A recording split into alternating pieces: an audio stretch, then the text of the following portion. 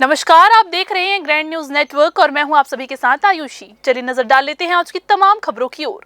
पिछले 2 दिनों में बिलासपुर में ऐसी 2 घटनाएं घटी जिन्होंने हमें ये सोचने पर मजबूर कर दिया है कि आज का युवा किस मानसिक दबाव, अकेलेपन और निराशा से गुजर रहा है। लेकिन साथ ही ये घटना ये भी बताती है कि यदि समाज में कुछ लोग संवेदनशील, जागरूक और तत्पर हो तो किसी की डूबती जिंदगी को भी बचाया जा सकता है। पहली घटना राम सेतु पुल की है, जो शनिवार की रात 10:25 पर घटी। संगीता बंजारे नाम की युवती को पुल पर संदिग्ध हालत में पाया गया। मौके पर मौजूद मिक्की मिश्रा ने न सिर्फ तुरंत उसे सकुशल बचाया, बल्कि थाना सरकंडा प्रभारी नीलेश पांडे को सूचना देकर 15 मिनट में पुलिस बल मौके पर बुलवा लिया। समय पर की गई ये कार्रवाई एक बड़ी अनहोनी को टाल गई। दूसरी घटना अगली ही रात करीब 2:30 बजे इंदिरा सेतु पुल पर हुई, जब एक युवक शराब के नशे में अपनी बजाज एवेंजर बाइक को पुल पर छोड़कर नदी में कूद गया। मिक्की मिश्रा को जैसे ही सूचना मिली, उन्होंने तुरंत ही श्री हनुमान सेवा समिति राम सेतु चौक के साथियों को एकत्र किया और घटनास्थल पर पहुंचे। युवक को काफी समझाने के बाद भी जब वह नहीं माना, तब 2 साथी नदी के दूसरे छोर से तैरते हुए उसके पास पहुंचे और उसे सुरक्षित बाहर निकाल लाए। युवक ने बताया कि वो व्यापार में घाटे और पारिवारिक विवाद से टूट चुका था और आत्महत्या करना चाहता था। मिक्की मिश्रा द्वारा पुलिस को सूचना दी गई और सिविल लाइन थाना की टीम मौके पर पहुंचकर युवक को थाने ले गई। ये दोनों घटनाएं हमारे समाज के लिए एक चेतावनी है कि नशा, मानसिक तनाव और अकेलापन आज की सबसे बड़ी समस्याओं में से एक बन चुके हैं। लेकिन साथ ही ये उदाहरण हमें ये भी सिखाते हैं कि यदि समाज में कुछ लोग जागरूक, संवेदनशील और जिम्मेदार बने रहे तो किसी की भी जान बचाई जा सकती है। ग्रैंड न्यूज के लिए पिंटू दुबे की रिपोर्ट। बिलासपुर में पोरा पर्व के अवसर पर आदर्श युवा मंच द्वारा स्वर्गीय श्रीचंद मनुज की स्मृति में आयोजित परंपरागत बैल दौड़ और साज सज्जा प्रतियोगिता का शानदार आयोजन किया गया। यह आयोजन लगातार पिछले 25 वर्षों से यहां पर हो रहा है और अब ये केवल एक प्रतियोगिता नहीं बल्कि एक सांस्कृतिक उत्सव का भी रूप ले चुका है। शनिवार की शाम लाल बहादुर शास्त्री शाला मैदान में बैल दौड़ प्रतियोगिता में बड़ी संख्या में किसान और ग्रामीण पहुंचे। कार्यक्रम में मुख्य अतिथि के रूप में कोटा विधायक अटल श्रीवास्तव और बेलतरा विधायक सुशांत शुक्ला मौजूद रहे। दोनों ने आयोजन की सराहना करते हुए कहा कि ये पहल लुप्त होती परंपराओं को जीवित रखने के साथ साथ नई पीढ़ी को खेती किसानी में बैलों की अहमियत समझाने का बेहतरीन माध्यम है। उन्होंने कहा कि बैल केवल एक पशु नहीं बल्कि किसान के सच्चे साथी और उनकी मेहनत के प्रतीक है। ये आयोजन सिर्फ मनोरंजन नहीं बल्कि हमारी सांस्कृतिक धरोहर है, जो आने वाली पीढ़ियों को हमारी परंपरा से जोड़ता है। सुशांत शुक्ला ने कहा कि सरकार ऐसे पारंपरिक आयोजनों को बढ़ावा दे रही है और आगे भी सहयोग करती रहेगी। आदर्श युवा मंच द्वारा लगभग 25-26 सालों से लगातार छत्तीसगढ़ का महापर्व लोक पर्व पूरा में बैल सज्जा और बैल दौड़ का आयोजन यहाँ पर लगातार किया जा रहा है। ये परंपरा है। पहले यही बैल की जोड़ी 25 से 30 बैलों की जोड़ी आती थी, यहाँ बहुत बड़ा माहौल रहता था, पर धीरे धीरे अब बैलों का उपयोग खेती में कम होने लगा है। फिर भी परंपराएं चालू हैं। जब खेती किसानी में धान लग जाता है, रुपाई हो जाती है, तब किसानों की पूजा, उनके नहला धुला के उनकी पूजा की जाती है। उन्हें धन्यवाद दिया जाता है नंदी बैल को कि आपने हमारी खेती किसानी अच्छे से की और आने वाले समय में फसल अच्छे से हो। इनके साथ उनका भी, हमारे जो पशुधन है उनका भी आशीर्वाद लिया जाता है। पोला तिहार विगत कई वर्षों से मनाया जा रहा है, ये कहें कि दशकों से मनाया जा रहा है। ये अपने आप में अद्वितीय आयोजन है और छत्तीसगढ़ की लोक पर्व को इस उदाहरण के साथ मनाना और अपनी संस्कृति को जिंदा करना, इसके लिए आदर्श युवा मंच का धन्यवाद का पात्र है। देखिए, वैश्वीकरण के इस युग में या विकासवाद के इस युग में हम गाँव को छोड़ रहे हैं। ये आयोजन गाँव से शहर को जोड़ने का प्रतीक नहीं, यह आंदोलन है। कार्यक्रम में बैल लेकर पहुंचे किसानों ने भी अपनी खुशी जाहिर की। उन्होंने बताया कि ये आयोजन उनके लिए बेहद खास होता है। न केवल बैलों की सुंदरता प्रदर्शित करने का मौका मिलता है बल्कि आपसी मेल जोल और पारंपरिक संस्कृति को सहेजने का अवसर भी मिलता है। कई किसान तो वर्षों से इस प्रतियोगिता में भाग ले रहे हैं। कार्यक्रम में बैलों की दौड़ के साथ साथ उनकी साज सज्जा की प्रतियोगिता भी हुई। रंग बिरंगे कपड़े, घंटियों और पारंपरिक आभूषणों से सजे बैल आकर्षण का केंद्र बने रहे। दर्शकों ने तालियों की गड़गड़ाहट के साथ प्रतियोगियों का उत्साह बढ़ाया। और बैल है का ये? हाँ कितने साल से दौड़वा रहे हो उसको? ये 10 साल 10 साल से आ रहे हो। कभी अच्छा पाए हो, इनाम पाए हो इसमें? यहाँ 25 साल 25 साल से आ रहे हो।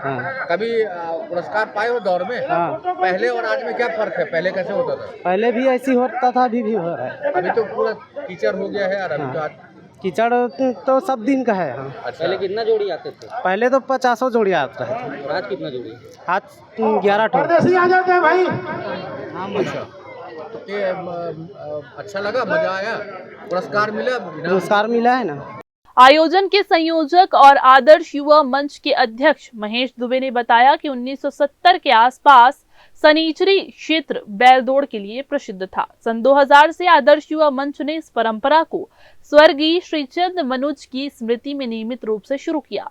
तब से लेकर अब तक ये प्रतियोगिता हर साल पूरा पर्व पर आयोजित की जाती है। आयोजकों का कहना है कि इस तरह के आयोजन केवल मनोरंजन तक सीमित नहीं होते, बल्कि नई पीढ़ी को खेतीबाड़ी और पशुपालन के महत्व को समझाने का काम करते हैं। आज जब कृषि में मशीनों की भूमिका बढ़ रही है, तब बैलों की अहमियत बताना बेहद ही जरूरी है। धान की खेती के बाद हरेली के दिन अस्त्रों की पूजा होती है, जो कुदाली, फावड़ा, हल जिनसे खेती की जाती है, और फिर उसके बाद बैलों की पूजा पोरा के दिन की जाती है। फिर माताएं अपने तीजा मनाएंगी। मैं आदर्श युवा मंच को इस बात के लिए धन्यवाद दूंगा कि आज 29 सालों से लगातार इस परंपरा को सहेज के रखे हैं, और छत्तीसगढ़ शासन जो पिछले 5 साल में लगातार भूपेश बघेल की सरकार में परंपरा कायम थी, मैं चाहूँगा कि और कुछ आप करें ना करें, इन परंपराओं को सहेजने का काम जरूर शासन को करना चाहिए। छत्तीसगढ़ का लोक पर्व पोला का 25वां वर्ष आदर्श युवा मंच द्वारा श्रीचंद मनुजा जी की स्मृति में आयोजित किया जाता है। इसमें बैल साज सज्जा प्रतियोगिता होती है, बैलों की दौड़ भी होती है। पहले एक समय था जब यहाँ 25 जोड़ी, 30 जोड़ी, 40 जोड़ी बैल आते थे, पर अब बाजारीकरण के चलते बैल भी लुप्त होते जा रहे हैं। ग्रामीण क्षेत्र में देखेंगे आप बैल नहीं मिलते हैं। हम इस आयोजन को सिर्फ इसलिए कराते हैं कि जो नई पीढ़ी हो जाने कि बैल हमारे जीवन में क्या उपयोगी था, इस उद्देश्य को लेकर हम इस प्रतियोगिता कराते हैं। अब प्राथमिकता देते हैं कि जो बच्चे लोग हैं इसको जरूर देखने आए। अब भारी तादाद में लोग देखने आते हैं। मौसम की खराबी, मैदान की अवस्था होने के बावजूद लोग अपनी परंपराओं को जीवंत रखने के लिए हमें जो सहयोग करते हैं, निश्चित रूप से बधाई के पात्र हैं। पोरा पर्व का ये पारंपरिक आयोजन किसानों की मेहनत, संस्कृति और सामाजिक एकजुटता का प्रतीक है। आदर्श युवा मंच ने इसे जीवित रखकर आने वाली पीढ़ी के लिए एक अमूल्य धरोहर सहेजने का काम किया है। कैमरामैन राकेश मिश्रा के साथ भारतेंदु कौशिक की रिपोर्ट। छत्तीसगढ़ में बिलासपुर जिले के सकरी बेलमुंडी नेशनल हाईवे पर हुई एक दर्दनाक घटना में तेज रफ्तार आ रहे अज्ञात वाहन ने सड़क पर बैठे 5 गौवंशों को टक्कर मार दी, जिससे 4 की मौके पर ही मौत हो गई और एक गंभीर रूप से घायल हो गया। वाहन चालक जो था वो मौके से फरार हो गया है। यह हादसा न सिर्फ वाहन चालक की लापरवाही का नतीजा है, बल्कि इन्हें प्रशासन की सतर्कता की कमी और हाईवे पर पशु नियंत्रण व्यवस्था के अभाव को भी उजागर करता है। तेज रफ्तार में वाहन चलाना, विशेषकर रात के समय, बिना ध्यान दिए कि आगे क्या है, ये लापरवाही न केवल जानवरों की जान ले रही है, बल्कि इंसानी जिंदगी को भी खतरे में डाल रही है। ऐसे मामलों में सख्त कानूनी कार्रवाई होनी चाहिए ताकि भविष्य में ऐसी घटनाओं की पुनरावृत्ति रोकी जा सके। प्रशासन को चाहिए कि ऐसे संवेदनशील मार्गों पर चेतावनी बोर्ड, गति सीमा के संकेत और रात्रिकालीन गश्त की व्यवस्था सुनिश्चित करे, ताकि न सिर्फ निर्दोष पशु सुरक्षित रहे, बल्कि यातायात भी सुरक्षित रूप से संचालित हो सके।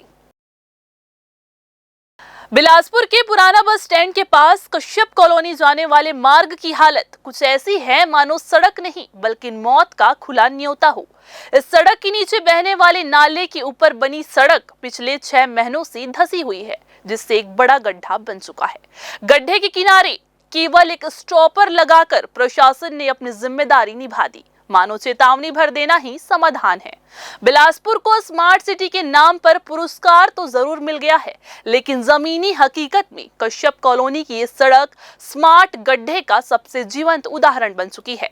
दिन में भी खतरा कम नहीं, लेकिन शाम के समय दुकानों की भीड़, दुकानदारों की सड़क पर खड़ी बाइकें और बढ़ता हुआ ट्रैफिक हालात को और भी ज्यादा बदतर बना देता है। इस गड्ढे में गिरने का खतरा हर रोज बना रहता है, लेकिन लगता है कि प्रशासन किसी बड़ी अनहोनी का इंतजार कर रही है, तभी शायद मरम्मत का काम शुरू हो। इतना ही नहीं, सफाई के नाम पर मिले अवार्ड की पोल भी यही खुल जाती है। कश्यप कॉलोनी के चारों ओर फैली गंदगी को देखकर ये समझ में आता है कि पुरस्कार कागजों में मिला है, जमीन पर नहीं। जनता त्रस्त है लेकिन व्यवस्था मौन है। बिलासपुर प्रेस क्लब में शनिवार को प्रगतिशील लेखक संघ की स्थानीय इकाई और प्रेस क्लब के संयुक्त तत्वाधान में महान व्यंग्यकार हरिशंकर परसाई की स्मृति में एक भावपूर्ण रचना गोष्ठी का आयोजन किया गया। आप सभी को बता दें, इसमें साहित्य प्रेमियों को गहराई से छुआ। कार्यक्रम में मुख्य वक्ता डॉक्टर मुरली मनोहर सिंह ने परसाई जी की रचनात्मक अवदान पर सार गर्भित व्याख्यान प्रस्तुत किया। उन्होंने परसाई की लेखनी को आम जन की आवाज बताते हुए उनके व्यंग को सामाजिक चेतना का आईना बताया। कार्यक्रम की अध्यक्षता शिक्षाविद M.K. मिश्रा ने की, जिन्होंने परसाई को आधुनिक साहित्य का जरूरी हस्ताक्षर कहा। इस अवसर पर आयोजित कविता गोष्ठी ने माहौल को साहित्यिक भावनाओं से भर दिया। गोष्ठी में डॉक्टर अशोक शिरोड़े, राजेश अग्रवाल, रईसा बानो, अलका राठौर, निहारिका तिवारी, देवेंद्र गोस्वामी और शम्मी कुजूर जैसे कवियों ने अपनी रचनाओं का प्रभावशाली पाठ कर सभी को मंत्रमुग्ध कर दिया। परसाई जी पर ज़्यादा बात नहीं करूंगा क्योंकि हम सब प्रोफेसर मुरली मनोहर सिंह को सुनने आए हैं और उनका अच्छा अध्ययन भी है और वे जब बोलते हैं तो हमको लगता है हम सुनते रहें। तो आज जब हम अपने ऐसे साथी को याद कर रहे हैं जिनसे हमने लिखना सीखा, जिनसे हमने समाज को समझने की तमीज़ सीखी, उनको पढ़कर भी, उनके नज़दीक रहकर भी, उनसे मिलकर भी, उनसे बातें कर कर भी, ऐसा कम होता है कि हम अपनी ज़िंदगी की शुरुआत कर रहे हैं और कोई ऐसा पुरोधा अचानक से आपकी ज़िंदगी में आ जाए। परसाई इसी तरह से मेरी और हम सब की ज़िंदगी में आए। जिन्होंने नहीं पढ़ा है परसाई को, वो पढ़ने की कोशिश करें। चलते चलते हम आ गए हैं उस जगह जहां एक पोस्टर तक का जीवन खतरे में है। चलते चलते हम आ गए हैं उस जगह जहां एक पोस्टर तक का जीवन खतरे में है और सबको अंदाजा हो जाता है कि मनुष्यों का जीवन और ज्यादा खतरे में पड़ चुका है। इस कविता के दो उदाहरण, दो प्रकरणों को लेते हुए मैं बात करूंगा। हम लोग जब अपने विद्यार्थी जीवन में थे तो कहा जाता था कि जेएनयू की दीवारें पढ़ा दिया करती हैं। अब आप समझिए कि जेएनयू की दीवारें कैसे पढ़ा दिया करती थी। निश्चित रूप से वहां पर लगे हुए स्लोगन, वहां पर लगे हुए पोस्टर्स, वहां पर लगे हुए वो नारों के नारे, लिखे हुए नारे आपकी चेतना बढ़ाते थे। पत्नी की व्यथा का बखान क्या कहूँ, दर्द में डूबी हुई बात को क्या कहूँ। आंखों में अश्क बहती हैं, दिल में खौफ का मंजर होता है, फिर भी पति की सलामती की हर वक्त करती है दुआ। कभी टूट कर बिखर जाती है, कभी सूली पर जल जाती है, कभी कर देती है खुद को आग के हवाले। फिर भी मर्द के तूफान में जीता है आदमी, फिर भी मर्द के शराब पीता है आदमी, मर्द के तूफान में जीता है आदमी, मर्द के तूफान में जीता है आदमी। ऐसा नहीं कि मैं मुस्कुराता नहीं, ऐसा नहीं कि मैं मुस्कुराता नहीं, चेहरा आईना है मेरा, बेवजह किसी को झुकाता नहीं, अब किसी से नजर मिलाता नहीं। ये मत पूछना कि अब क्यों दिल लगाता नहीं, संभालने वाला ही जब दर्द दे जाए, बेवजह अब ऐसे मर्द पाता नहीं।